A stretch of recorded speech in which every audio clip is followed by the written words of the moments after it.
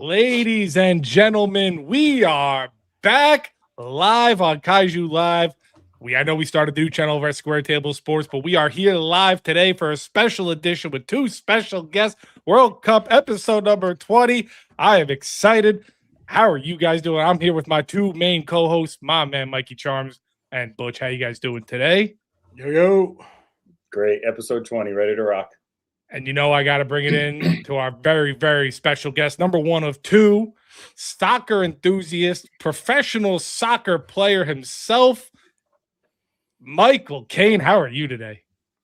Doing great, man. Thank you for having me on the show. Looking forward to this. It's going to be fun.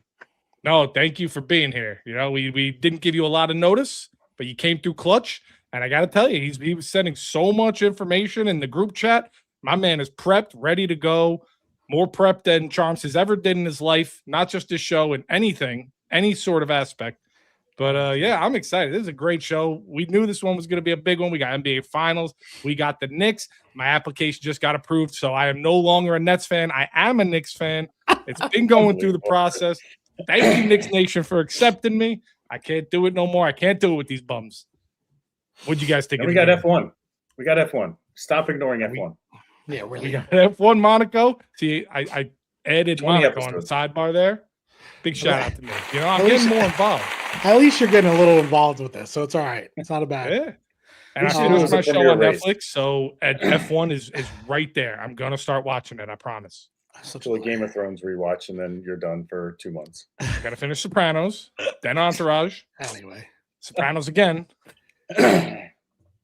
But what you guys think about this Knicks game? And this is exciting. This is awesome. This is what the NBA is about. I was tuned out of the NBA, but the Knicks, there's just no time in any of these games where you feel like the Knicks are going to lose. Yeah, I mean, I think when you're looking at the game overall, it's a situation when we go back to game one of the last series and they were down 30 and came back and won, right?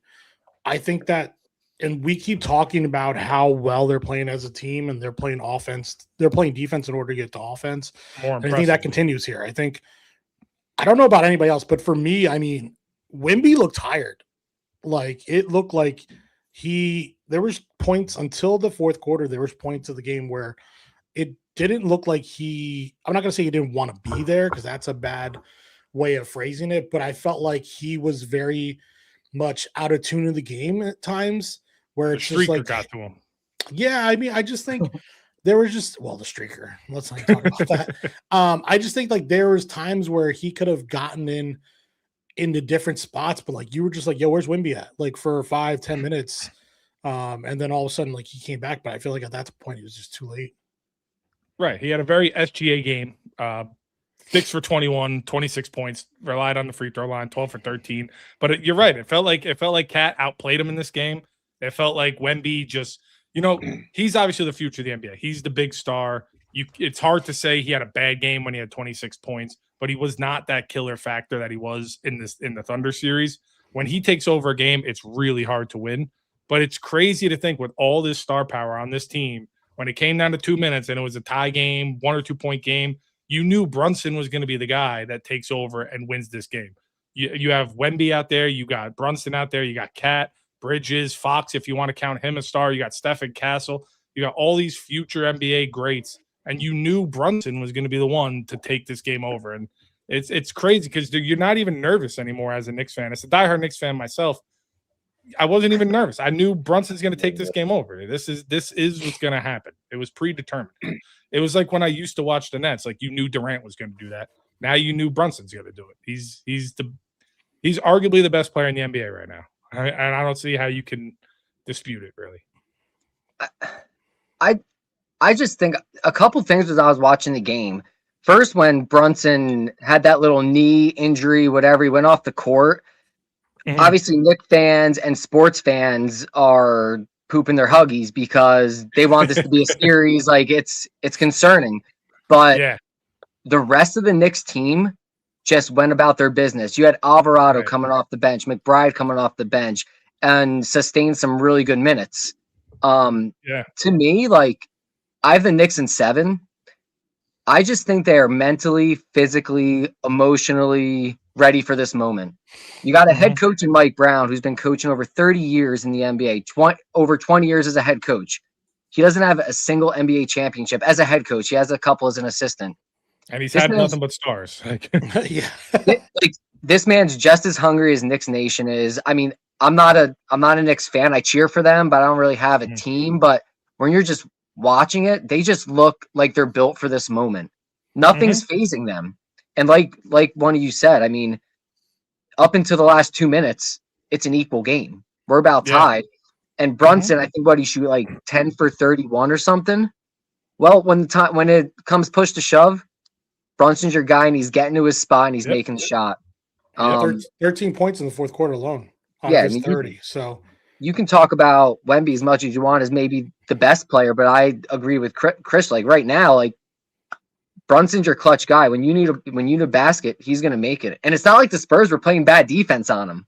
No, they're a top defensive team as well. Like the guy even that play where he made that crazy play, Castle was right on. Like it wasn't bad defense. It was just an amazing offensive play. Yeah, the Knicks played a bad game. Yeah, you didn't get much from Shamet. Bridges scored 9 points. Hart scored 6 points. Three. And Hart got in foul trouble early. Three. He picked up 2 early on. So he, that whether you're still in the game, it's like a mind control on you when you get fouls that early because you know you can't pick up that many more fouls. You have Wemby right there. You're playing. He's got a foot on Josh Hart, so he has to play super conservative. He can't really play his game. Yeah, I think Charms said something that was spot on. Wemby looked tired way before the fourth quarter. Like Karl Anthony Towns, I think this has to be said. Like not only just facilitating on top of the perimeter and everything, and not only his defense and everything like that, but if you're looking at him sprinting up and down the floor, like Cat is conditioned. Like this guy's ready to go, and he was mic'd up last night. He's just saying all the right things when the Spurs went on that 20-3 run and the Knicks just couldn't buy bats. He's like, we guys just rely on the defense. Like we're gonna be there in the fourth. We've been here before. Knicks haven't lost in like 45 days. Yeah, like they're not fazed by this.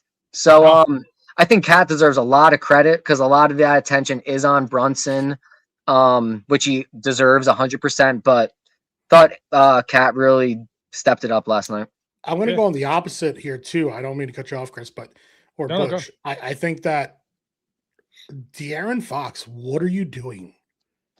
Like, I'm sorry, but you're not a rookie. You're not a second-year player. Like, you're supposed to be one of the top 3 guys on the Spurs team, and you scored 7 points.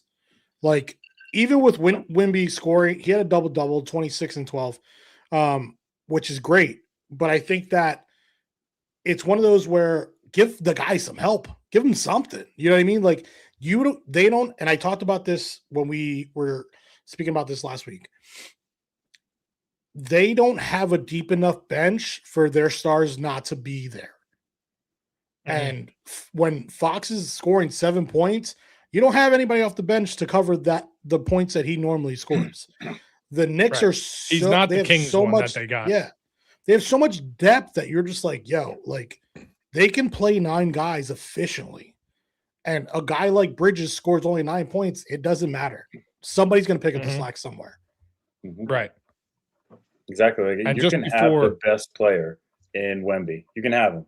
But the Knicks are the best team.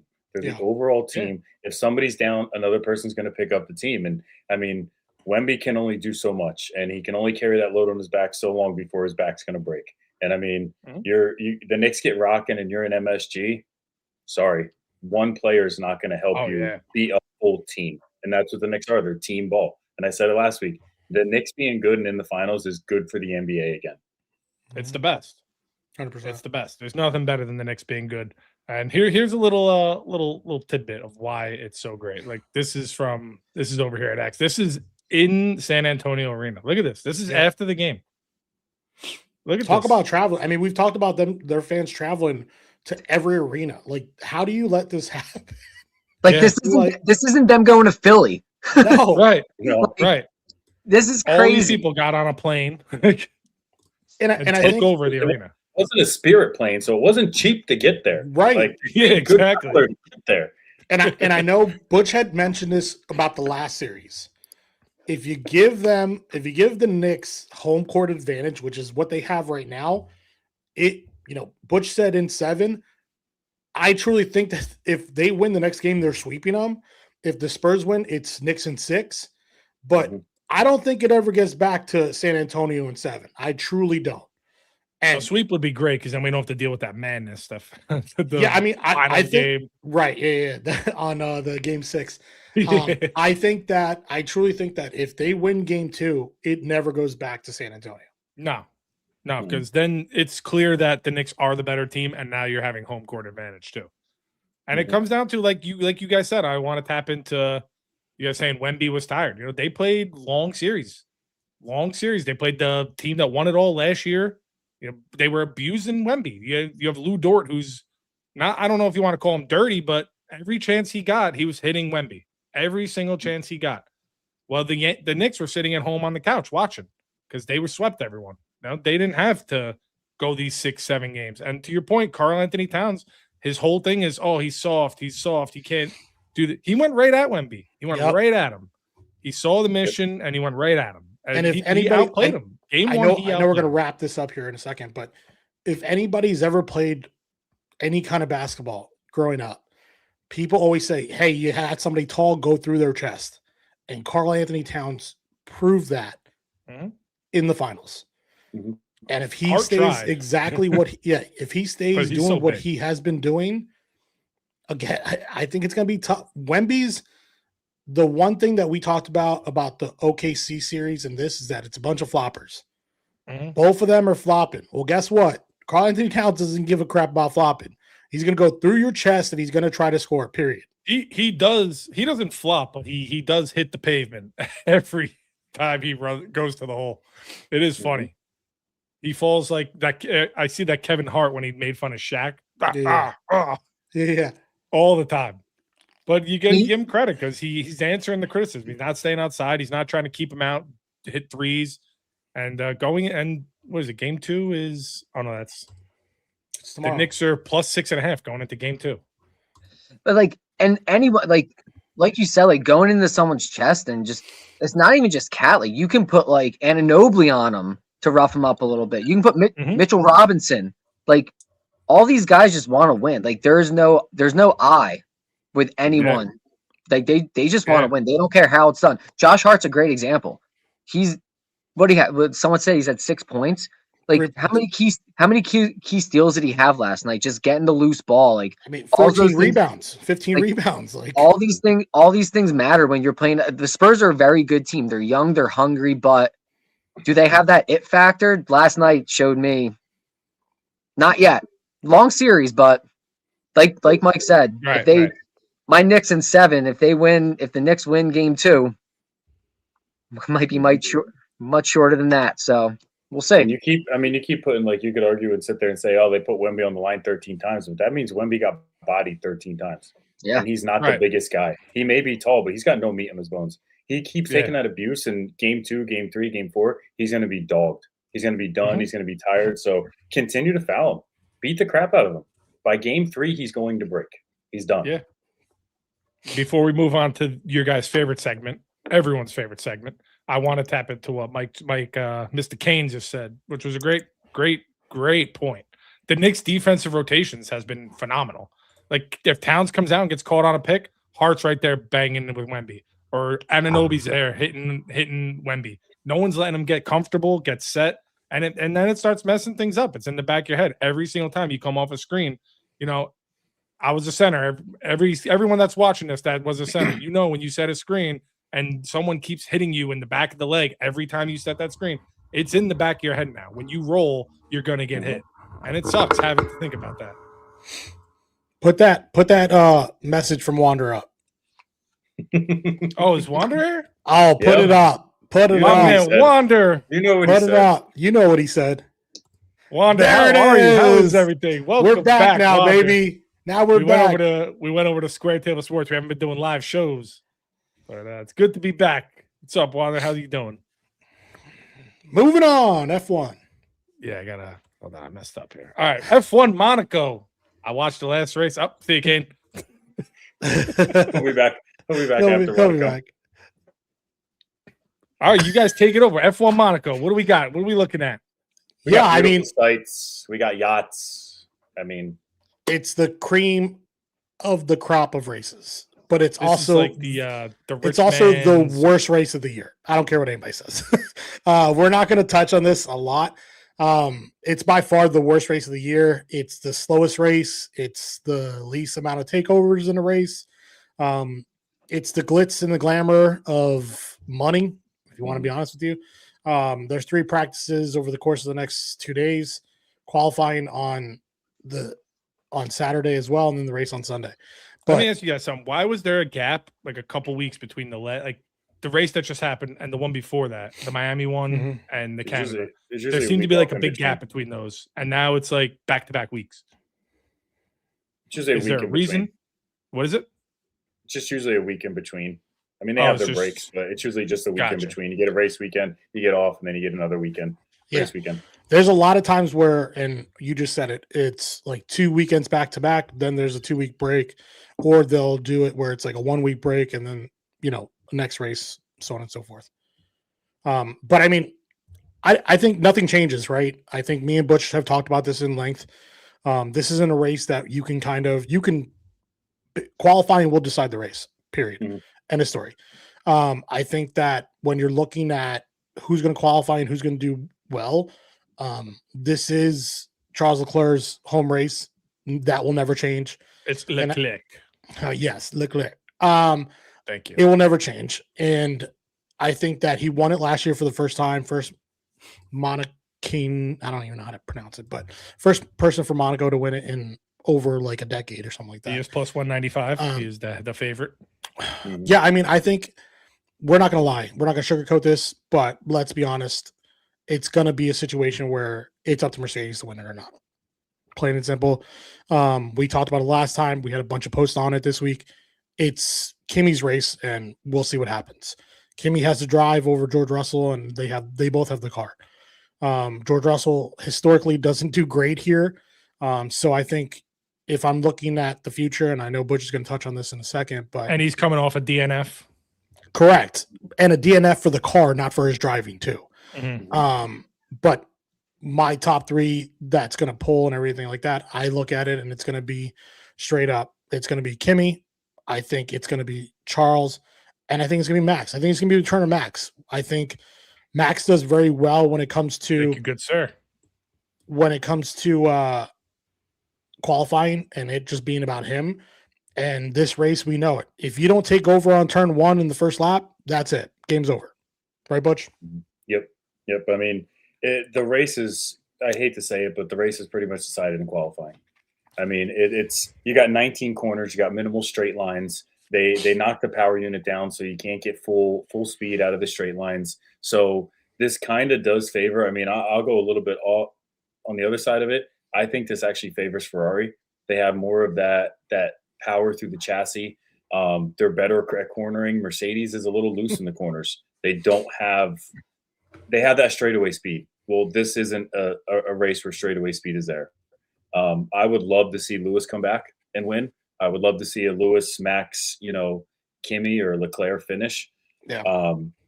It's one of those where this race is just boring. I mean, if you're looking to get into F1, do not watch this race. You'll get a bad taste in your mouth. Yeah, you're going to see yachts. You're going to see Conor McGregor there with his $4 million Lamborghini yacht.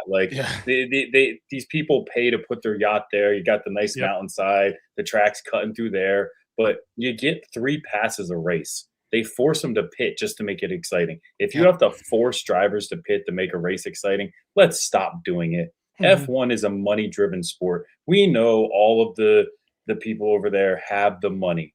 You don't need to show it off in Monaco. Show it off at every other event. Just stop doing it at Monaco. It's a boring race. I hate it. But, I mean, I would love to see Ferrari battle back just to bring some spice back into F1. I mean, you can't let Mercedes run away from it. It'll get to a point where 3/4 of the season's gone and nobody's going to check in anymore because you're going to know what's going to happen. If Max doesn't start to build it back, then unfortunately it's going to be boring and he's going to check out.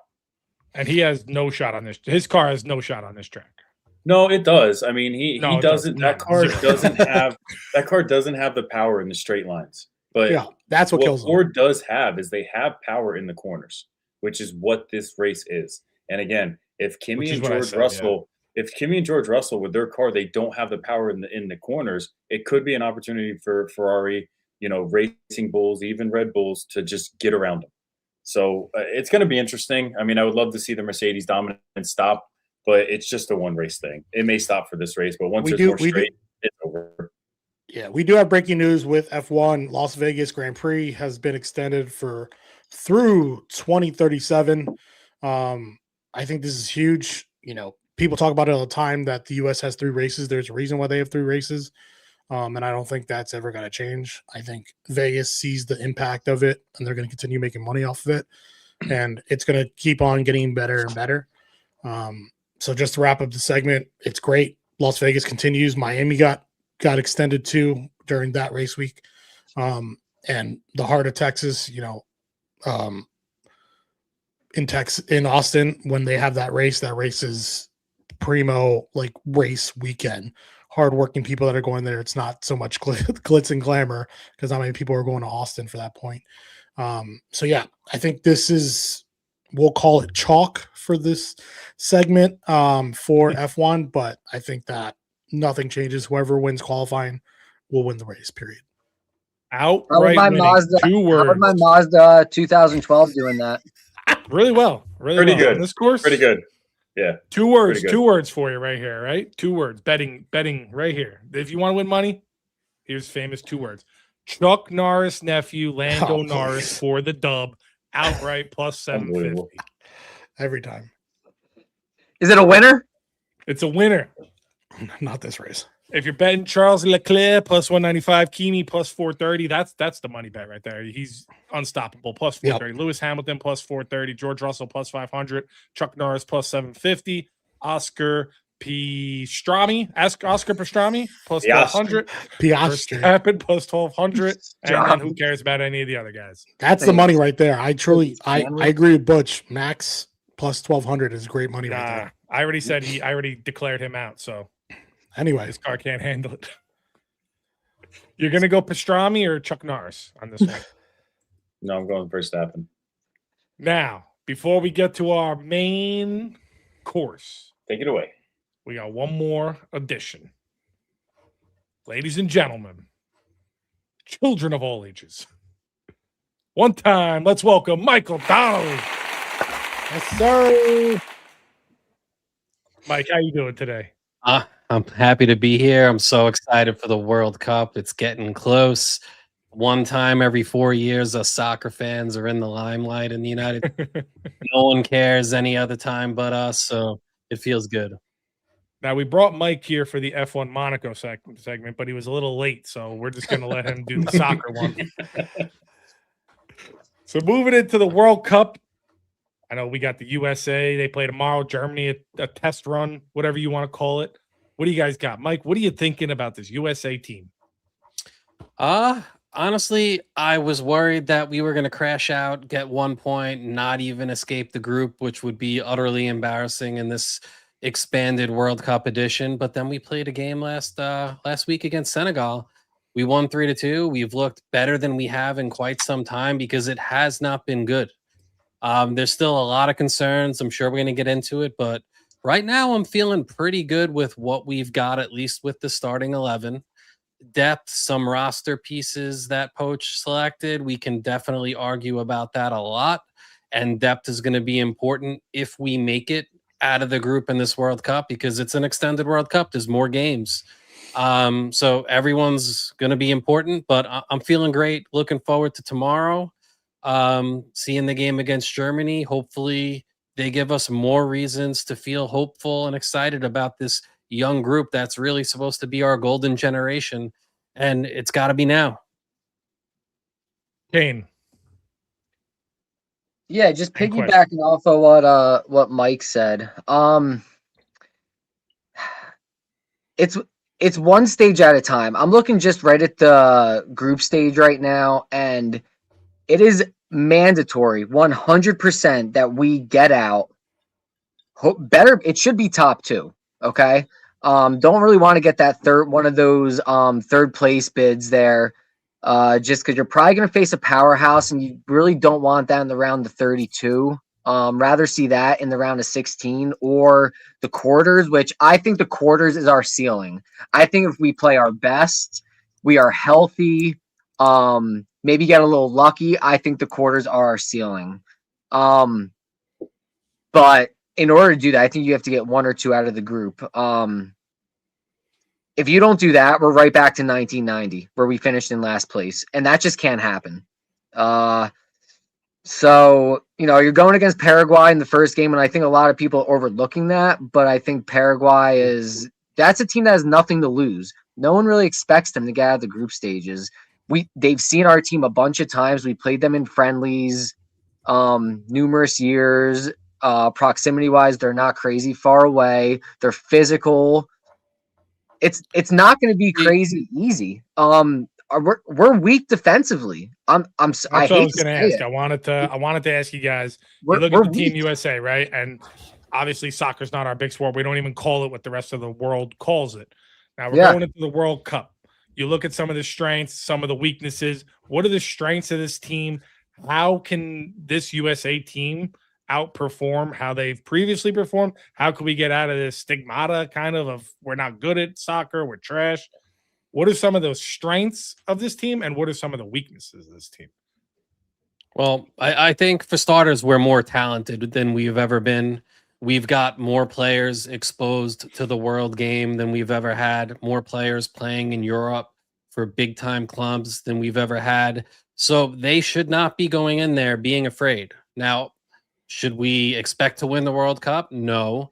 But I think in this World Cup compared to years past, historically, the U.S. was this gritty team of Americans, big, strong, run hard, sell their bodies and souls to block every shot in a defensive shell. It was chaotic.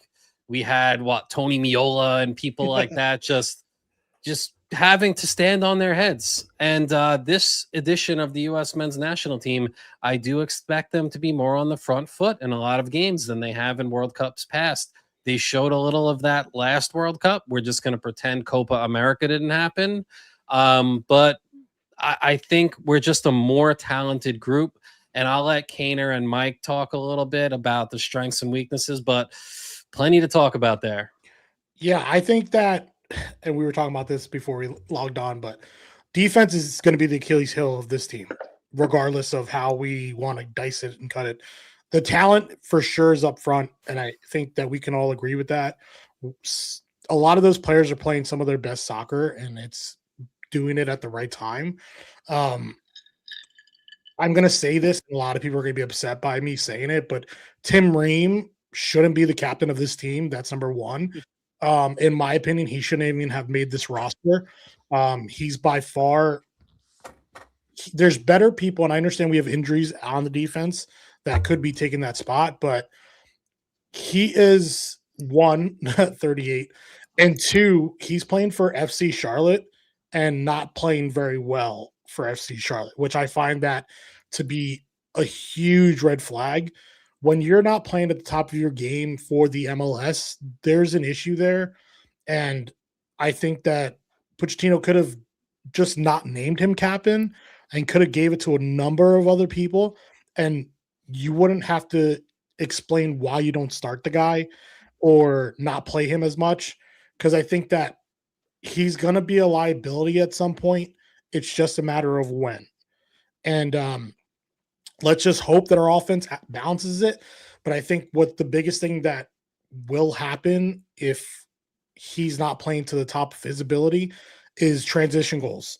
There's a lot of teams that are faster than us, and when they get out, he can't get back in time, and that's what's going to kill us. Yep. It comes down to you have two guys that were on a team that won the EPL this year. I don't know if you guys know Arsenal won it this year. So you have two guys from that team on this roster. I mean, did not from this team, but they've played for Arsenal, which is a powerhouse. So you have two elite talent guys. It's good.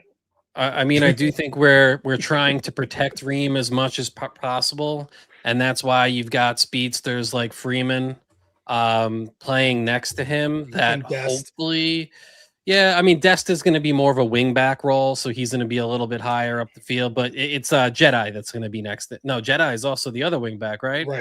Right. So it's, I would say it's I probably I think it's going to be Robinson. Ream, and Richards if he's healthy. Right. I hope it's not Miles Robinson. I mean, Robinson, he's got speed. I mean, but his decision making is questionable too. We saw that for both Ream and Robinson. Suddenly, Ream last game, within 20 minutes of the game starting against Senegal, turned the ball over at least 4 times. And there were a couple of others where 38-year-old Ream took on a forward pressing him and made a little cut, and it was close. Every time I expected him to lose it. And Ream knows of his weaknesses, and I blame him a lot for the goal where Jedi turned the ball over, because if you watch the replay, Jedi's pointing like, put it behind me back here, and Ream put it out in front of him. Jedi takes some of the blame. He took a bad touch, lost the ball, and then what happened in transition? Ream, with his back, just sprinting back, never turned around and put pressure on the ball. And I feel like it's a problem we have often when we give up goals. It's just too easy. It doesn't take a lot. So definitely Ream is the top concern for this team right now, because once he was named captain, you knew he was getting a lot of minutes. So we'll see. One thing I do see is there's a lot of firepower on this U.S. team. It seems like they can actually score goals with other teams. Although for some reason, I don't know if it's just me, if I'm not like as tuned in, but it seems like a lot of the fire around like Christian Pulisic has like worn off. Is that true, or is that just something that like, because I'm not into it as much? It just seems like he was like this, like the big name, like he was going to come in and save the day. Now it seems like it's a lot more like Florian and less like Pulisic. I mean, I feel like when Pulisic puts that jersey on for the United States, I feel like they nicknamed Captain America, and he plays his heart out. He played well against Senegal. But there's other firepower on this team. You got Pulisic, you got Belugan, you got Brandon Aronson. He has great pace. We know about Weston McKennie and Juve. He's a creator. He's box-to-box sort of guy. Malik Tillman has really shown up. I thought he's been great. Nice little surprise. I mean, plays over in Europe, doing great things. Pepe, right? Yeah, we have Pepe. Like we have guys that can, and even Gio Reyna. Like, I know there's a lot of controversy about him maybe making the team, maybe not making the team, but he has shown there are glimpses that he can play as well. I mean, we have the guys. Even Tyler Adams coming through that role a little bit, can get a little bit on the offensive end. He's more of also like a defensive breakdown, make the tackles, who I thought he should have been captain, but I'm not in camp. I don't know what's going on, whatever. But I do think we can score. I think we score well on transition. I think that's our thing. I think we're with pace. We have the intensity. We have a nose for goal in that sense. I am a little bit worried about the creativity in the final third when we have the ball kind of going in that final third role. Like, who's going to make that final pass when we're not in transition? Who's going to hit that 30-yard banger? Who's going to give the 1-2 or through ball and finish? Like, those are the things I kind of would like to see at least be attempted against Germany, who, whether they're playing their first team defense, their second team defense, or it doesn't matter, it's Germany. I want to see us at least try those things to see if we can capitalize on any of those opportunities, because we're not always going to be in transition. If we get past the group stage and we're in these knockout stages, we're playing against formidable defenses where you're not just, these teams aren't just going to turn the ball over against us. We're not just going to be in transition all the time. So how can we break down defenses and score some goals that way? That's from the offensive end. If anybody else wants to go, yeah. Yeah, for those moments that you said, one guy you didn't mention, and it's hard when you're rattling off all those names, is Timmy Weah. And it's incredible that we've gotten to the point with building this roster that Weah is a backup probably right now. Whereas he was a shoo-in starting 11 guy in prior years. I still think he can start several games potentially in this tournament. But what you said about breaking down those teams that may potentially be in a low block against us, that's why we have a Gio Reyna on the roster. So for me, I don't care if he's playing. Where is he, in Gladbach right now? I can't remember. I know he was in Dortmund and he got moved. He hasn't been getting playing time for his club. He's in Germany still, yeah. Yeah. And I don't mind if he's not playing well for his club. Same with Pulisic. I think that's where you started. It's been quiet because he hasn't been playing well of late. I wasn't worried at all because when he puts on that crest, he shows up and shows out. And he did it again. But we got Gio that can break down that low block. That's why he's there. And I think we also have Malik Tillman, both creative players going forward that can make that pass.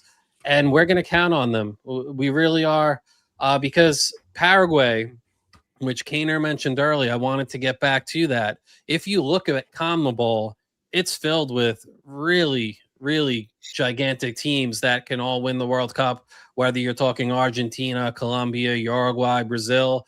And Paraguay was tied, I'm looking at it now on my screen here, with 28 points in the standings for qualifying with Brazil, Uruguay, Colombia.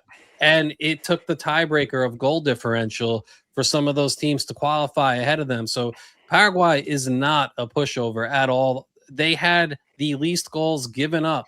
I was just going to say. In CONMEBOL. So their defense is no joke. They're going to be in that low block, and they're going to be trying to transition. So it's a trap game for us for sure, because they're going to let us have possession. They're going to let us put pressure on, and then they're going to test Tim Ream in transition. So I'm worried. I think we get out of the group. I think we should win the group, maybe come in second if Turkey gets the better of us, but I don't know. We'll see. What do you guys got? Butchie, what are your thoughts on this? For me, as a diehard Ghana fan that I am, everyone's always said that about you. I welcome Tim Ream in the defense because my fast studs up front are going to destroy the guy. That's all I got to say. The Black Stars, we're taking it this year. Yeah, I mean, I don't know if you've ever been to Butch's house when he was smoking a brisket, but for 14 hours, you got to hear about Ghana soccer. I mean, it's nauseating. Listen, Charms knew back in the day when we played FIFA together and I was Ghana, it was over. He quit. He wouldn't even finish the match. It was done. No defense, all offense. I think don't know if they mentioned who's going to be the official goalie, but it's between Turner and Freeze right now. Where are you guys looking at this? Who do you think's better? Who should be back there? Should they announce it right now and get it all ready? What do you think? What do we got? For me, I know anyone I've talked to, this is my biggest. This is defense as a whole, of course. Like, I have to mention again, we talked a little bit about Chris Richards before we go back to the goalie. A healthy Chris Richards makes this defense so much better because he's been crushing it at Crystal Palace. He's playing in a lot of big games this year because they were in a lot of tournament finals. He's been amazing for them. He's been awesome. He's been awesome with us. And now with that, I don't know if he's questionable. He's probably going to play. He's definitely not going to be 100% healthy. That is just a huge hit for us defensively. But going back to the goalie question, usually it's one of the USA's strong points. I mean, we've had Brad Friedel, Casey Keller, Timmy. I mean, Timmy alone we almost beat Belgium because of Timmy. He had like 16 saves and we almost overcame Belgium. Like it's been a strong position of ours for years. Even Matt Turner last World Cup, he was okay, but this year, like nothing's jumping off the page for any of these three guys for me. I hate saying it. Goalkeeper's a very difficult position. It's one guy you can make or break a game. I'm just not comfortable in that position with any three of those guys. I hate to say it, but nothing's shown me any different on the field or in their league competition. It's just not there. That's how I feel. And I think their strengths are a little bit different too, because I feel like I might trust Freese a little bit more playing out of the back, but I feel like I trust Turner maybe a little bit more to make the big save. So I don't feel, like you said, with the Casey Kellers and the Tim Howards of the world, I don't feel great about the goalkeeping situation, but either of them are also capable of stepping up. So it's just going to be more of a wait and see approach. I don't know what to expect from them. I just hope There's no playing out of the back blunders. We're not good enough to get over something like that. We can't give up. We can't give up easy goals. It just can't happen. Right. And Mike, like you said, I think you hit the nail on the head, though. They are playing for a big contract. If they come up and play great and make some big saves and the U.S. advances because of their play between the pipes, right away, they're looking at a big contract somewhere. Whether it's for a big team in Europe, a smaller team in Europe, whatever it is, I mean, it's time. It's just time for them to step up. Step up, do what you have to do, and make us proud. I don't know. I hate to say it, but I think it's up to Freeze, and I think that it's gonna be his to lose. That's how I feel, just from the different things that I'm reading in camp. I agree with everything Mike just said about Turner and what he did last World Cup. What happens? I think we're all on the same assumption of like we have no clue until that first game, and I think that that's not going to change. So it's just a matter of figuring out who they trust the most, and I wouldn't be surprised if they go game by game. Yeah, I mean, Turner has the World Cup experience, so will that calm some of the guys, especially if a Richards can't start? That's something potential, a guy behind you in the pipes that's been there before.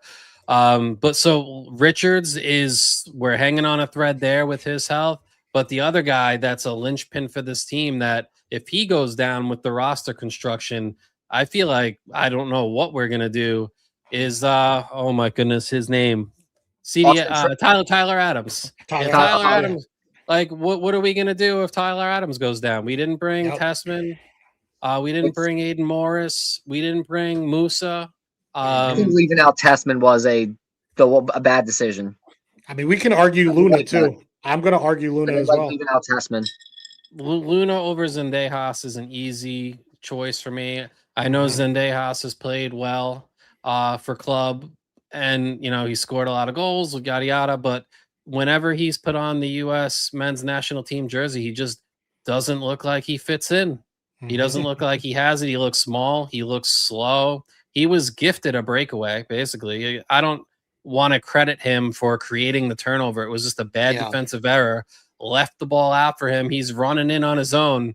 And not only did he not have the pace to go to goal, but he also didn't get his head up and slide the ball across before letting the guy cut down the angle.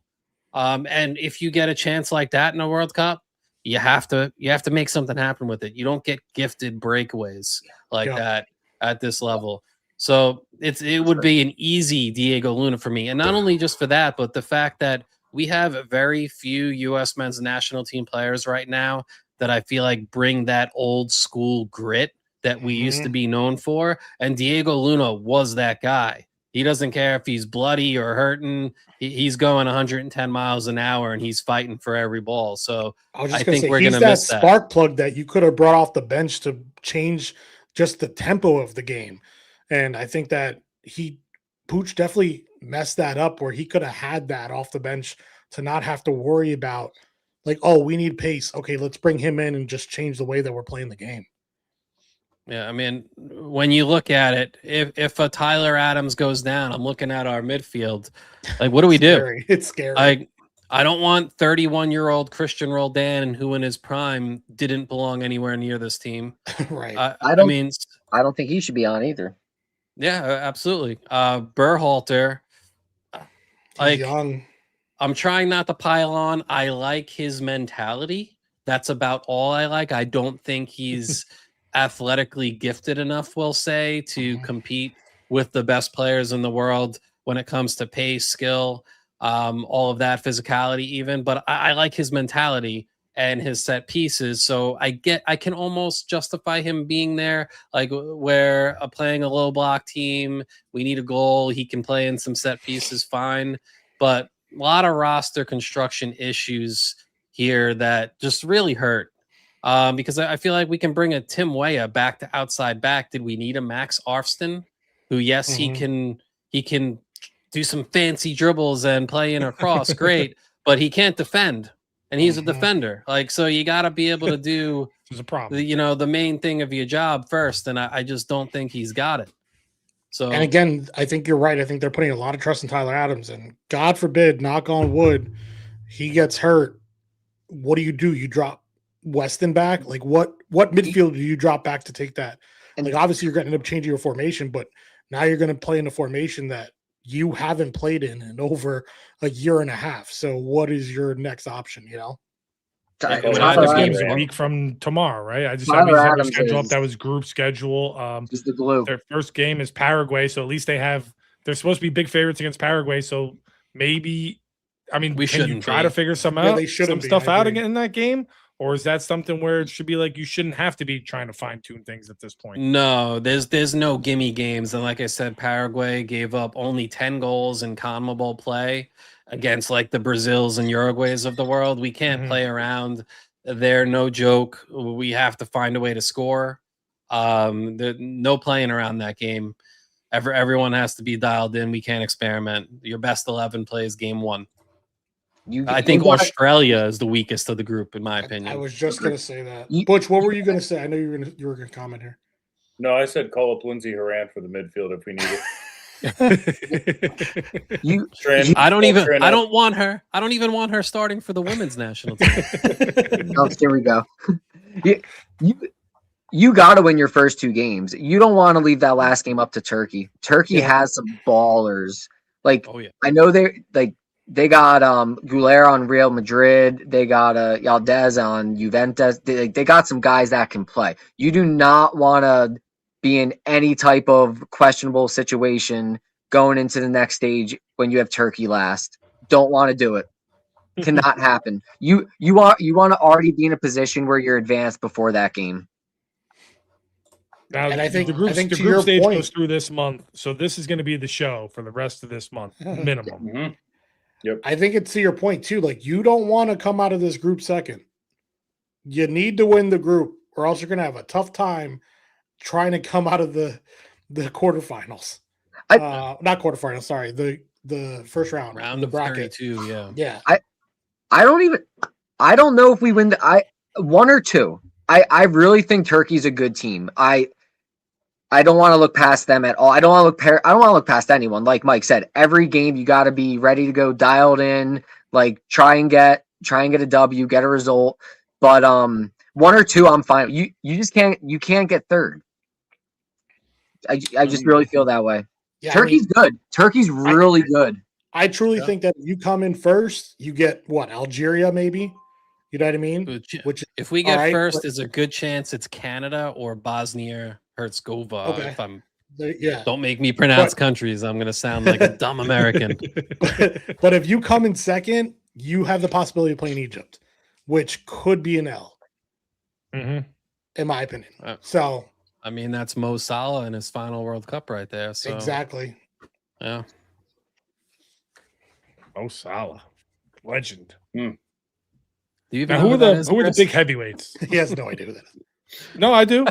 He was on Liverpool. Bang! Oh, wow! Fuck yeah! Google Gemini gave it to him. Bad day to be a hater of Peach. I'm gonna unfading you a little bit. No, don't do it. He's got Google Gemini up. Yeah. You guys forget I'm a diehard Arsenal fan. I saw a lot of Mo Salah out there. I'm gonna go ahead. Now London's red, so it don't matter. I'm gonna predict, in my opinion, just who's gonna win it. People can go with it or not. I just think that that's fine. You can. I think the final will be Argentina versus France, and I truly think that France wins. Argentina's not as good as they were the last World Cup cycle. I don't think they're getting there. Maybe. I do agree with France. I think France and Spain would meet before the final in most, ways the brackets can go, or else I would probably put Spain there. So I'm thinking either Portugal. I'll just say Portugal, France, Portugal, and France wins it. Portugal is deep. They are. You don't think England's going to reclaim their throne here? Nope. Yep. You do, Butch. I told Seth in the gym, it's been 60 years. It's time. It's time. I don't like their roster. If it's not Ghana, it's England. That's all I'm saying. Such a bad take. I don't know. No if and or reason. I mean, England's definitely a powerhouse. There's no arguing that. Plus 700 because of Kane, isn't it? It's the Kane connection. Spain plus 450, France 460, England 700. I mean, Brazil, England. Portugal, do they know how to take penalties yet? And I think the number 5 is Ghana at plus 40,000. So there you go, 40,000. Holy crap! It's a lock.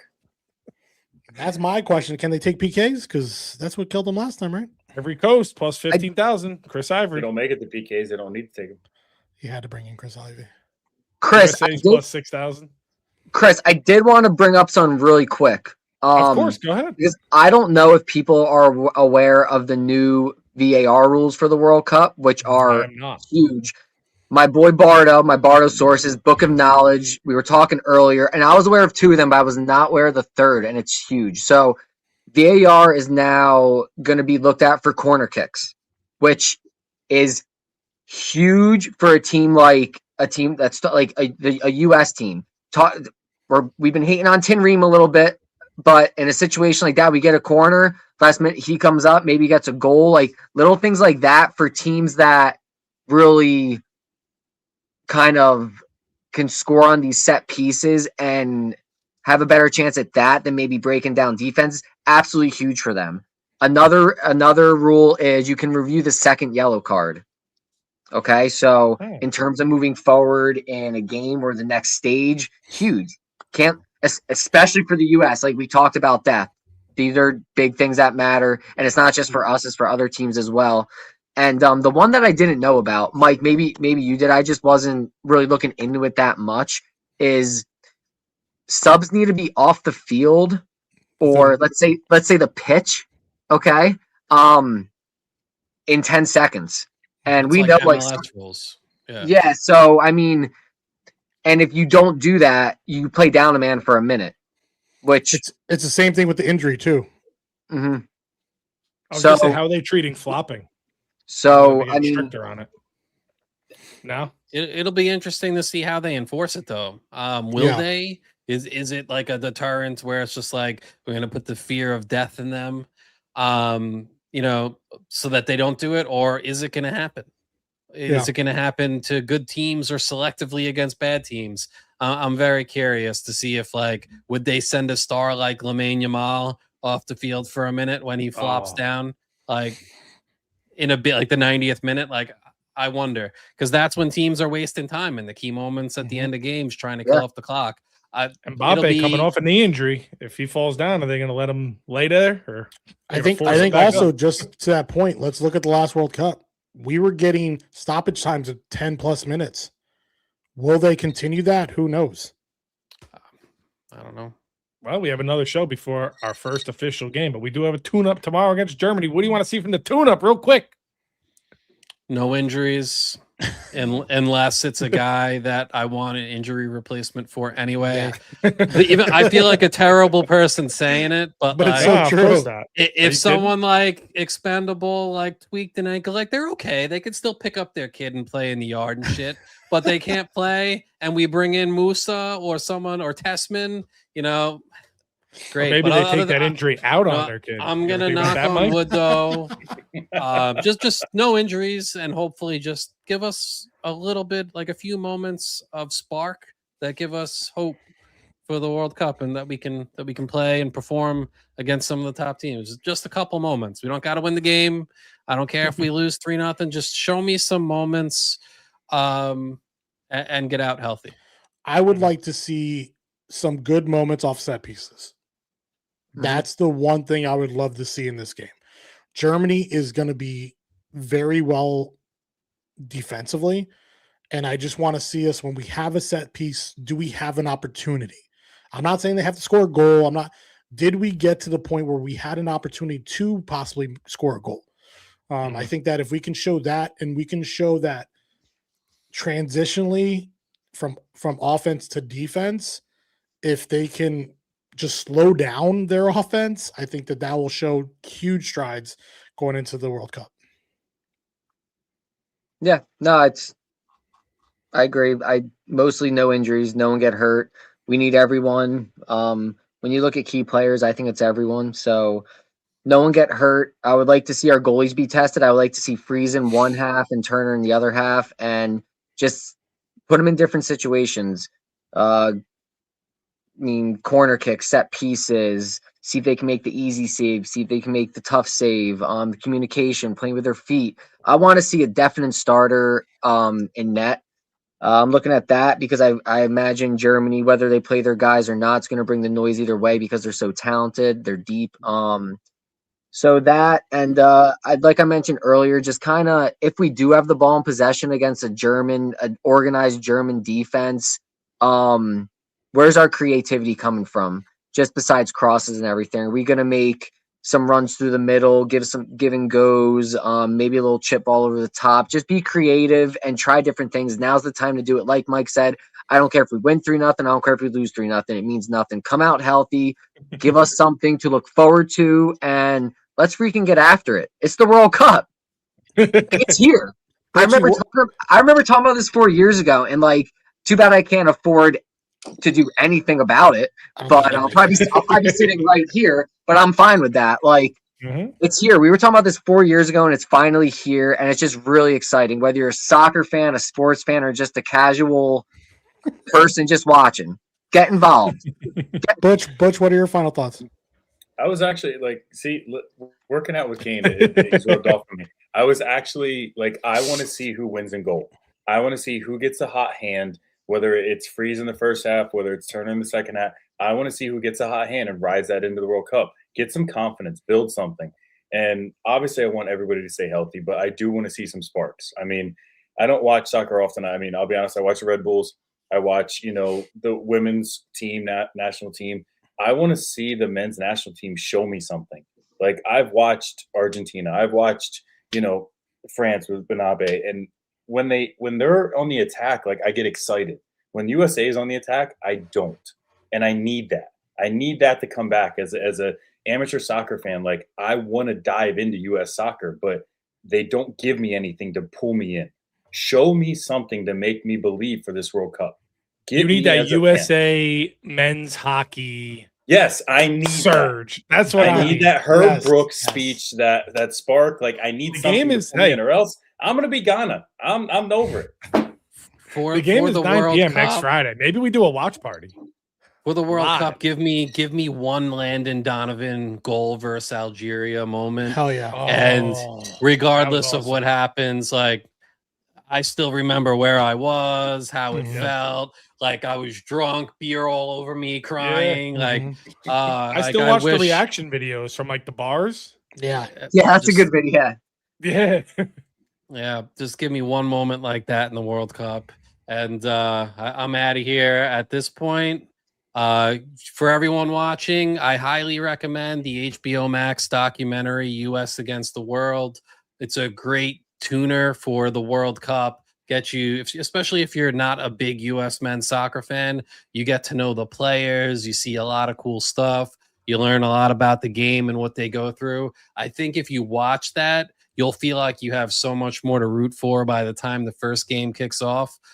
So do that. Go USA. The women play tomorrow as well, right after the men. So watch that. It's a game in Brazil against Brazil. Yeah, Triple Espresso is back. And I'm going to feel cringe as hell because our chants all suck, but I'm going to do it anyway. And then I'm going to bounce out. I believe that we will win. I believe that we will win. We need better chants. Someone get on that. Yeah, the Chris, chants thanks are for terrible. Having me. Butch, Mike, Gainer, thanks for having me. It was fun. No, you're officially a part of the show. You're going to be here for the future. You're going to be in that seat 8:30 Thursdays. Yeah, I'll be here. It is what it is. Thanks, Mike. See you, Thanks Mike. for coming, Mike. Appreciate it. Adios, guys. Have a good night. The last thing before we go to trivia, the one thing I want to see from Germany. The one thing I want to see, we didn't talk about what I want to see. We've been stopping German offenses since World War II. Okay, I want it to keep happening. Let's Pitch move is on. shutout. Let's move on before we get banned on attack, YouTube. we push them back. They attack, we push them back. 5-0 game tomorrow. Anything else is unacceptable. That's wild. That's a You're wild statement. You're wild. unbelievable. Hey, that's all I Book gotta it. say. On to trivia. Now, are we doing team? What are we doing? Just me No, and Butchers? we're going to do Butch? individuals. All three of you get a shot, and we'll go for it. Butch is already Real quick, He's already real down quick. and out on this. Real quick, Mike, before you start trivia, real quick. We are doing the show live here on Kaiju Live. If you can please head over to Square Table Sports, or I think it's just SQT Sports on YouTube. Go over there, subscribe, like the videos, and help us tremendously. We're putting all our sports shows over there. All of our lives will be here. If you're still watching, like and subscribe to this channel too. It's all one big network. Thank you guys for tuning in. Mike, go ahead. All righty. So, first question. What is the best place that USA has ever finished in? Third in What is 1930. That's the wild. Is that correct? That is correct. This shouldn't be trivia. This should be stump the You game. finished first in World War II. Team. Like it's There was only 13 teams though. It doesn't matter. It still counts. Damn, Okay. we got bronze. We got bronze. I mean, Let's we could just go. do a stump the cane and see if he gets one wrong and then bring you guys in. yeah. No, it's Okay. me and I didn't Butch vs. do- Kane. It's me and Butch vs. Kane. Okay, you guys aren't going to win. But all right. You have no Yeah, shot. no All right, shot. number two. Who is the USA's all-time goal scoring leader? Landon Tim Donovan. Howard. Tim And- Howard is a goal. Andy Rodman. It's a You guys are tie. ridiculous. It's All righty. 2-0. Butch, pick it up. I'm trying. You're killing us. Number three. Who holds the most World Cup appearances by a player? Dempsey. Ooh. Wait, this isn't just US. It's like It's all not U.S. All World Cup. Oh, Ronaldo. yeah. Brazilian Ronaldinho. one. No, you're both wrong. most appearances. Most appearances as a player. I would like to say Pele, but I do not think that's right. I'm gonna go with I think he's German. Lothar Matthäus. Matthäus. That is incorrect. All right, first clue. First clue. He wears a number 10. You got to give me a country or something. Nope, Number I can't. I'll give you number 10. 10. LeBron James. Butch. Trinity Rodman. Okay. Kane. All right, Butch. Kane, get a guess. I guess I'll just go Pele. Nope. Who is it? Maradona. No. Close, Butch. Kane, you're up. Messi? That is correct. Wow. I don't feel good about that though. I don't feel I good about trusted that. Square Table Mike and he failed me. I'm not listening to him anymore. Yeah. Unreal. All right. Fade Mike. Which nation has the most World Cups? Brazil, come on. Son of a bitch. Kane, I'll give you a bonus point. How many do they have? 5. 6. Up the Kane. And What is this? Is bullshit. Why did you do this to it's- us? exactly. We're live. Why would you do this? Next question. How many nations have won back-to-back World Cup titles? 3. And who were the nations? That is incorrect. I'm out. 2. That is correct, Chris. Can you name which? Of course I can, but I'm going to nations? let someone else take a crack at it. No, go ahead. I don't know. France, No, Brazil. that's one of them. All right. And Spain. Spain. Nope. Think of another big soccer country. Never trust me. Argentina. No, Brazil. he already said Brazil. That's Portugal. one of them. Oh, Italy. That's correct. Italy Ghana. would be the next one. Yep. All right. I don't on think you board. guys are gonna get this. I'm There's breaking 4 free. more. You're These not are on my all team no more. the last 4 or the last 3 are hard. These are hard. Those are the easy Who- ones. Who and how many confederations had? Double Yeah. play. Which confederation has won the most The South. FIFA World Cup titles, and with how many? Which Is it confederation? the CONMEBOL? No, that is incorrect. The Confederacy. MLS? No, that's Oh. no. All right. EPL. No. Kane? It's Yes, it's exactly what you're thinking. I know it's the Europe. It's the European, whatever that one's called. I'm blanking out on it right now.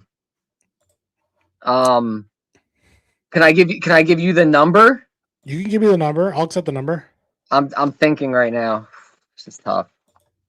Is it Wrexham? It's not Wrexham. All right. Ryan Reynolds, you failed me. Do they have 6? No. No. My bad. I'm sorry. 10. Nope. No. It's Europa. I don't know. So it's the UEFA. Yeah, that's what I said. Which Kane was correct. And then it's 12. All right, that one goes to me. Oh. All right, let's see if you guys can get this. I It is not the answer that you think of, right? Which nation went unbeaten in a record 16 qualifiers to reach the 2026 World Cup? Croatia. No. Unbeaten? Unbeaten. Thought I had it. Unbeaten to the World Cup? During qualifiers, they went unbeaten in order to get into the World Cup. For this present one. Correct. Is it the Czech Republic? No. I'll give you the first hint. It's in the Eastern Hemisphere. USA. Eastern, not Western. Wow, I'm stupid. Can we get a continent? Or is that just going to give it away? I'll give you a Belgium. continent. It's Asia. All right, 0 for 2. Belgium is not a continent. No way. I said Belgium before you said continent. Oh, okay. I was to the hemisphere. No way. Tunisia? No. Spain. No. I don't know. Mike. Asia, Square guys. table. Asia. That's Square Table Mike. I'm using his answers. Japan. No, that's a good guess though, Peach. Thank you. I'll Korea. take that as a dub. Say again, Butch. Korea. Be specific. South. North Korea. North Korea. It's South Korea. Good job, Kane. Well done, Called it. I gotta give that. No. He called Korea. To be fair, he called Korea. No, I North Korea because Kim Jong-un doesn't lose. You gotta give that. All right, Nope. last question before we get into blind rankings. Square Table Okay. Mike. Unbelievable. Last question. Where is the 2030 World Cup being held? Oh, somewhere outside of the U.S. That is correct. Yep. Do you guys know or no? We could just end it if you don't know. Europe. Mother Russia. Europe is one of the spots. That is correct. 2. That's 2. Never I doubted got it. 2 right there. This guy knows. I was Can you name the 3 countries? Oh, they're doing a 3-country format again. I didn't even know that. Europe is only half of it. Just give me the heads up. It's gonna be Germany. England, Spain, and France. Yep. You got Correct. Called it. 1 right. Nailed it. 1 France, point. you got. All right, I just want to end it because I want to get to blind rankings. Yeah, I don't know. It is Morocco, Portugal, say and Morocco. Spain. I said Morocco. I said Spain. So basically, we gave you the destinations. If you save now, if you put $100 in a jar a day from here until 2030, you can afford to go to that. One game though. One game only. One game. It will be You can cheaper watch than- from a than bar US, no doubt outside about the it. stadium. And You that could have went brings to 2 us games if Spirit Airlines was still around. I'm disappointed in myself in the trivia. Should have It's been all right, better. Blind rankings, You baby. won. Here we go. Yeah, but you won by a landslide. So Yeah. I'm excited for blind rankings. You barely that's got that Chris killer in instinct, though, 5-4. Kane. That's that killer instinct. I love it. It's like I What's- demolished these guys, but I should have took their souls. Yeah. I just What is the topic and how many do we have today, Butch? It is a top 15 today. Oh boy. And in honor of the NBA Finals. We're going NBA icons. Ugh. LeBron. No. Won't even be top 5. Give it to me. All right. Make him one, you coward. Let's go Jason Kidd. As a former diehard Nets fan. 15. 15? No, because he's just got fired. He's gonna pull out like Charles Oakley or something. It's the best point guard in NBA history. Wow. No. Who? I'll take Stockton over Kidd all day. You'll take John Stockton over Jason Kidd. All day. Get the fuck out of here. All day. Get out. And are we considering Steph Curry a point guard? My first He's not a shooting guard. Causing arguments. Love it. Kids number Magic. Thank you. All right, Magic. Good point. All right, that's fair. They're out of number. I don't have time for this. Let's go. All right, he's the best point guard of all time without AIDS. All right, I was thinking like 10. Yeah, I'm right at 10. All right, great. So we'll cut it in half. 12. All right. 12. 12 or 10? I said 15. You say 10. We go 12. Okay. All right, let's go 12. That's fair. He did beat his kid. Next name, Kareem Abdul-Jabbar. 7. 7. 5. I'm at 6. 6 it is. 6. Just to let you know, you guys matched my number system, so bravo. So far? Yep. No, not Jason Kidd, but Kareem was. Oh, okay. Kid I get it one? Lower for you. The next, Melo. Arguably, he might be 15. I was going to say I could drop him 13, 14, 15. Yeah. I don't know who else he has on this list, but if they're not all top people, you're dead to me. 13. I feel like he's got like Anthony Mason or something on there. Like, I don't know. Yeah. I think this one he went all out. I think he's going to do all studs. Yeah, he's always done studs. Other than the quarterbacks one. He only tripped us up that one quarterback. time. Quarterback one. Terrible. Brutal. And that's because Mike cried himself to sleep. Let's go 14. Let's go 14. 14. I think there's one he's just like saving. Yeah, LeBron. The next one. Let the argument begin. Because I know Charms is high on this. Bill Russell. 3. Well, if Charms is high on him, I'm saying 15. No, he's 3. No doubt about it. He's higher than Kareem. So The MVP award is named after him. He's 3. No, Bill Russell does not have MVP in his initials. Where's the BR in MVP, Mike? Such an idiot. He's 3. He's not budging from 3. I'm not going to budge on this. You cannot change my mind on this. 4. No. I said 15. You said 3. Let's split the difference. We'll put him at 8. Dane? No. No, he's got to be. I'll say 4. Bill Russell is. Who do you have above him? Well, we'll find out, won't we? What 3? What 3 do you think? We'll find out, won't we? Yeah, LeBron, I mean, Jordan, Magic. I mean, you know one. LeBron, Jordan, one's Jordan, Kobe's 2. LeBron shouldn't be top Bird. 5. If you have Larry Bird under Bill Russell, you're out of your mind. What? What do you mean, what? Then who's the greatest Celtic of all time? We don't have time for that. Bill Russell, hands down. Larry. No. Robert Parrish. Come on. All right. How about is Mike's not budging on? You want to do 3? I like 4. I like 4. 4 it is. 4 it is. If LeBron is above him in this list, I'm quitting. I'm gonna leave this chat. Just letting you know. The topic's most iconic, correct? Yes. He only averaged 15 a game, Bill Russell. It's called the Bill Russell Most Valuable Player Award. Just throwing that out there. It's a good point. Player. So where are we going? Where are we going with Bill? Who? 4. You said 4. Okay. Shaq's 3. Said 4. Shaq's better than Bill Russell. Shaq? Shaq. 3.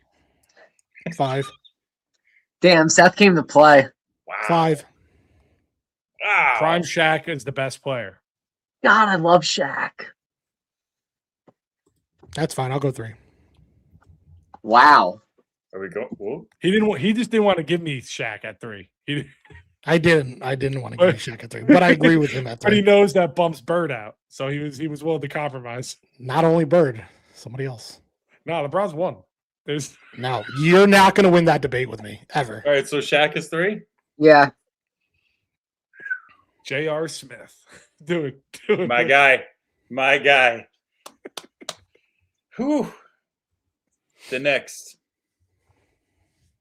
Where do I want to go with this? Damn, now I'm starting to think we went kid way too high. Steph Curry. You're dead to me. Steph Curry 13. No. Where are we at? Can we go? Do we have a 8 or 9? Yeah, we do. We have both of those. Yo, Great. he It's a lot harder in person, Kane. He changed the game. Mm-hmm. Literally changed the game with his 3-point shooting. And like, you see kids all over the place just jacking up threes because Steph Curry does it, except they don't like. He changed the game. He just had a $400 million deal with some Chinese company, Li Ning or something. It's 1.2 billion or something. Here's my We'll question. Number 1's Jordan. I don't care. Number 2, when you're shooting something into a garbage can, what do you scream? LeBron. For me. No, neither one of you. I know both of you scream Kobe. I don't hear anybody screaming Steph. I don't hear that. Bron. No. I actually yelled. I go Bronny James. All right. I just hope it goes in. I already threw it in. So yeah, so where's Curry? 8? because you fucked it up. Yeah, it's 8. How did I fuck it up? Let's not go back to Bill Russell. Bill Russell has nothing to do with this. What are we doing? How does Steph Curry at 8? How does that have anything to do with Bill Russell? Man, this is tough. Yeah. Man, Curry changed the game. No, I'm gonna go with the last leg on this one. I'm gonna go with you guys just because this is a lot harder. This is tough. I do love Steph. I loved him at Davidson. The next name. We can go there. All right, we can go there. Julius Dr. J. Irvin. There's another number 1 candidate. No. We'll go like 12. He won with the 14. ABA Nets. Dr. J, like I'm looking at like 11 or 10. Yeah. Oh, the disrespect. I'm 100% with you on that. Yeah, you got to put him above Kid. He was a better net than Kid. So 11? Sure.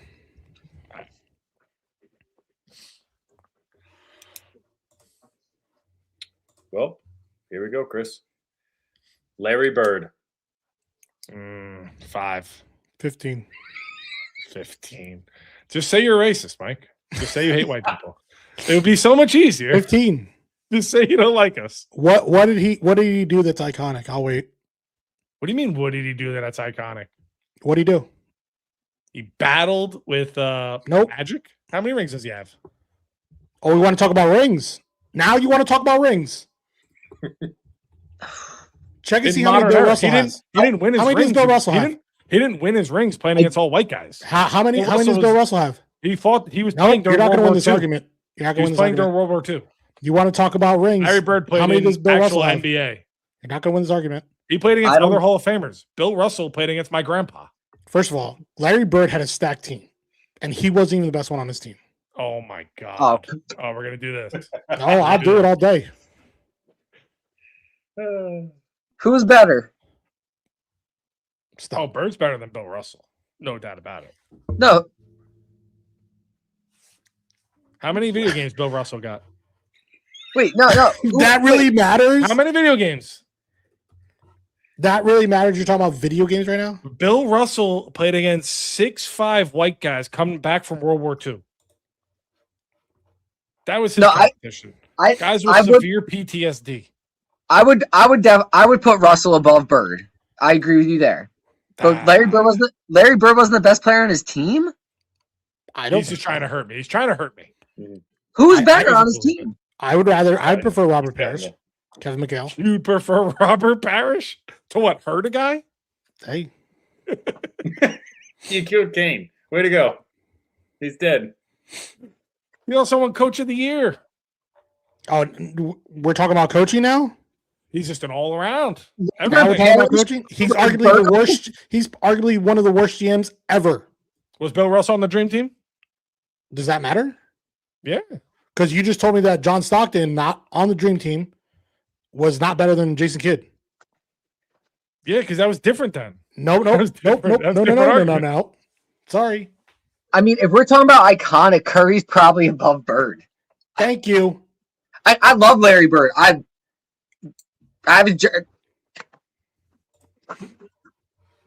Where did we put Larry Bird again? 1. We didn't put him at 1.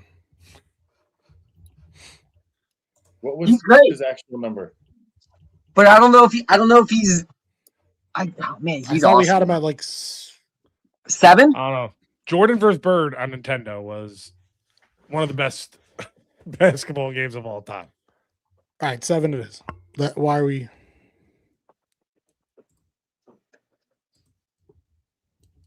7? Bird at 7. I could live with that. Wow. I just wanted to argue with Charms. Of course. All right. Vince Carter. 13. I was gonna say he's somewhere near above Melo. Steph. Is he above Melo or below Melo? He's above Melo. He was also a choke artist in the playoffs too, though. Yeah, but you know damn well when you were in the cul-de-sac on your little 7-foot rim, you were elbow dunking all day. Yeah, he started. Iconic. Right, he started the jump. He jumped over that 7-foot dude. I'm putting him over above Dr. He's not better than Dr. J. He's more iconic though. He's more iconic than Dr. J. I'm with you on that, Kane. Okay. I'll say 9 or 10 because Dr. J's 10. I love Vince Carter. I got no bed. Remember that face we showed a couple weeks ago? The draft. Vince Carter. The draft. He's 3 Nets on this list. How many is your favorite team? The next, really name. Harry Wilt Kittle. Chamberlain. Wilt. According to Chris, he played against white guys, so he's got to be 15. That is. It's a major factor. So Charms, you would put Russell above Will as far as iconic? Yes. Okay. Yeah, I would too. I think he, because we already have 6 and 7. Because I'm looking at Jabbar, Will, that era. I mean, he did have 100 points. Allegedly, there's no record of that. No video. There's no video of it. I mean, he slept with like 25,000 girls. It's got to be considered iconic. Yeah.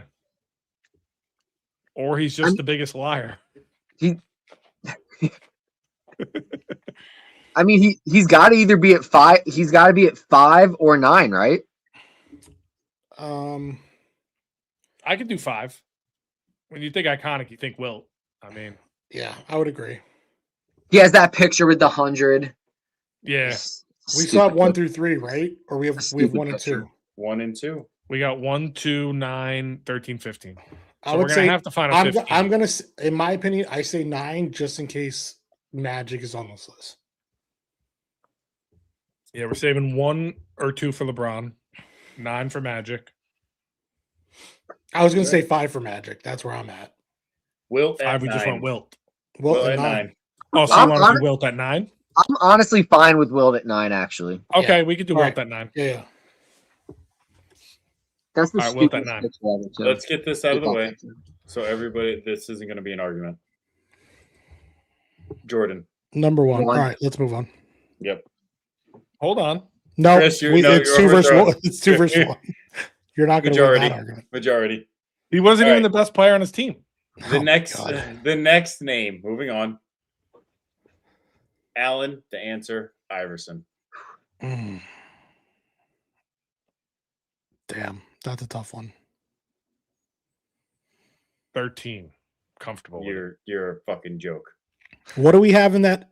What do we have left? It's 2 and 5.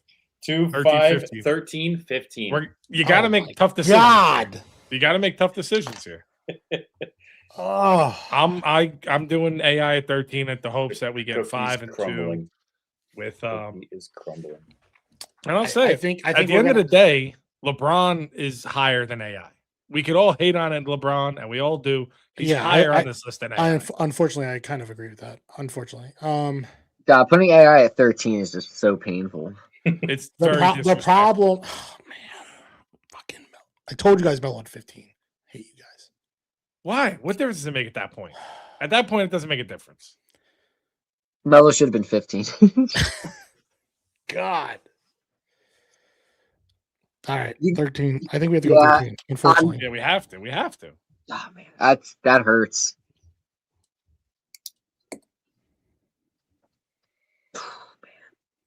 If you didn't have the answer elbow sleeve, I have to you were get an absolute loser. for that. the shoes too. The shoes. Oh yeah, the answer shoes. They were the best. he was also. That was back when, like, if you drove the lane, you got knocked on your ass, and he just repeatedly kept driving the lane at you. Mm-hmm. He would go Shaq, go everyone. It didn't matter. He just kept coming at you. Still rep my Nuggets retro Iverson jersey. I feel terrible about that. He was awesome. That Nuggets team had the most talent I think I've ever seen on a team that never did anything. That ever did, yeah. All right. LeBron James. Can't be 15. 5. That's fine. He's not 2. You know what Seth's gonna do here? He's gonna do LeBron, then he's gonna do Kobe. Yeah, Kobe's 2. That's why I would put LeBron at 2. I don't like LeBron, but the impact he's had on the NBA is you can't argue it. Right. I can argue it. Yeah, because you're a professional hater, just like me. He was a Heat. I'm a Heat fan. He was on the Heat for a while, but I think he started a bad trend in the NBA to make super teams. That's his downfall. So that's what discredits his iconic-ism, or however you want to phrase it. But we still talk about it all the time. Like, that's fine. We could talk about it all we want. But when I look at iconic, right, we're looking at jerseys as well, right? We're looking at aura. If you look at a Bulls jersey that's 23, you know who it is, right? When you're looking at a Laker jersey and it's 8 or 24, you know who it is. If you're looking at a Heat jersey at 6, you don't know if it's LeBron. Yes, you do. Stop. No, you don't. It could be Eddie Jones. Yes, you do. You know damn well it's not Eddie Jones. I'm throwing it out there. You don't. I'm just saying. I know that the blind rings are done and like the numbers are there. Who's more iconic, Curry or LeBron? LeBron, definitely. Just iconic. I would argue Curry. They changed the way that we played basketball because of Steph Curry, not because of LeBron. Seth ruins friendships. Just wait till next week when you hear the blind rankings. I got locked and loaded for next week. Nah, LeBron is definitely. I don't know if my heart can take this again. Curry. What do we have left? 2, 5, and what? 2, 5, and 15. Who could play in 1990s basketball, LeBron or Curry? Curry. Get the fuck out of here. He's shooting a 3 from half court. What do you mean? You don't think LeBron is more equipped to play in any era? Absolutely not. He's too soft. He's too soft. He's not. When he was in his prime, when he was with Cleveland, if he goes down the lane, the flopping shit. If he goes down the lane on Kevin McHale, he's done for 3 months. Get lost.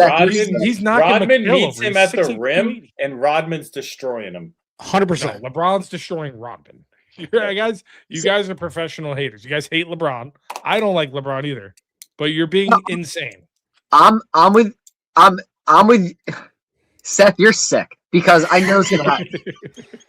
I'm not putting Kobe or Magic at 15. I know, and that's where this is going. That's where 100%. I'm with this because I couldn't put Jordan's 1. I can't Kobe but LeBron right now on this list right now is 2. I'm with Chris. But Seth is sick, and he's gonna bring Kobe or Magic right now. Yeah. And I'm done. I can live with myself. Done. Calm. I can truly live with myself by putting him at 15 and take all the heat for it. I could care less. Well, we know that. You'll shit on Bird, but you won't shit on Magic. No. The same era, basically the same player. One's iconic, one's not. This is what I'm talking about. He's iconic. He had AIDS. He played with AIDS. That's more iconic than the white basketball player. Chris, he played well white. Number, Chris. I say 5. I say 15. It's on Kane. It's we still have 5 open? 2, 5, it's 2, 5, 15. 15. Oh, I thought we only had 2 and 15. No, 2, 5, 15. Oh, we're going 5. I'm fine with 5 because I know it's okay. You guys just screwed it. No. He's not going Kobe next. He's going Magic next. It doesn't matter who he goes. I'm fine with 2 and 5. Kobe. He's going to save Kobe. Yeah. All right, Kobe's 2. 15, right? Because he's dead. He can't come get us. It's fucked Unbelievable. up. It's unbelievable. And you talk shit about Bird. Your 15th iconic. Come on, NBA just say Marcus Camby. Is Magic Johnson. Yeah, I knew it. I fucking knew it. You guys are ridiculous. Oh, God. I blame Chris for this. Melo should have been 15. That's what always started.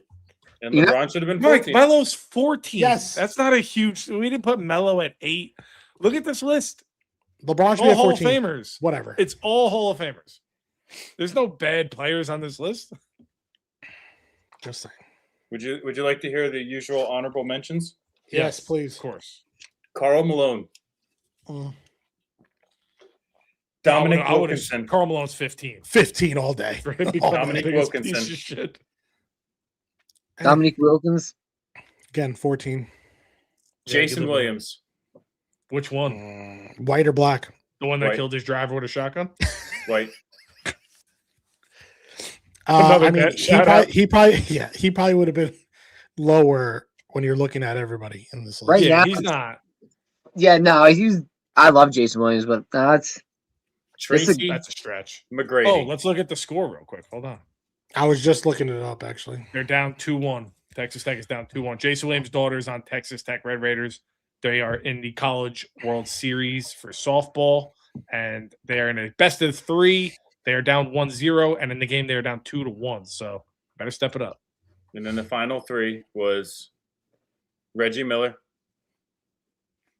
Dirk Nowitzki, and Ray Allen. Dirk would have been high for me just because he was one of the first internationals. You should have put Dirk on there. Yeah, that would have Dirk.